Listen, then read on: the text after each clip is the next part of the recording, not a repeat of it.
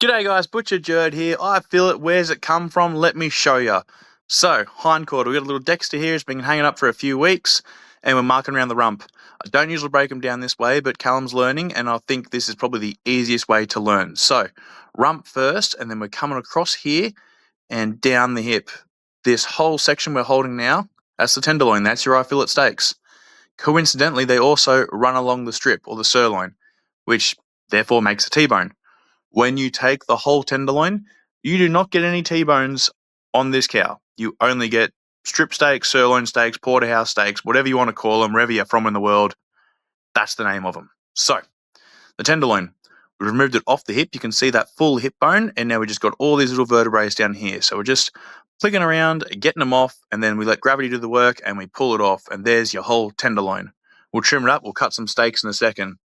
First, we'll get the strip off, then we'll get the rump off. So we're going in between the hip and that first vertebrae there, running nice and along. You've seen it fall there, so you've got that little bit of thing. Down along, push along to the back end of it, straight into the same groove, and pop. Off it comes. Further trimming. For some reason, this abattoir leaves 4 ribs on.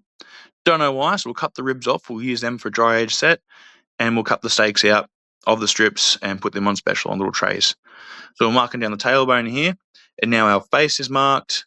Our tail's marked, and we're just going to go in along this hip bone, just the point of our knife, all the way along, just removing it, and that gets our rump off, which will then break down to rump cap and roast biff. ROSSBIFF.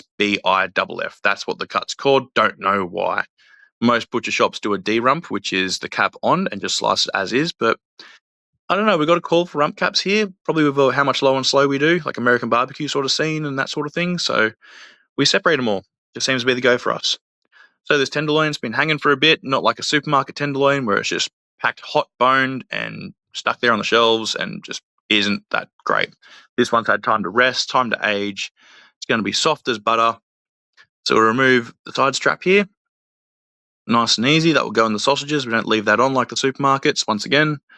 And then we'll get rid of the silver skin and we'll clean it all up. So a little bit of tail comes off.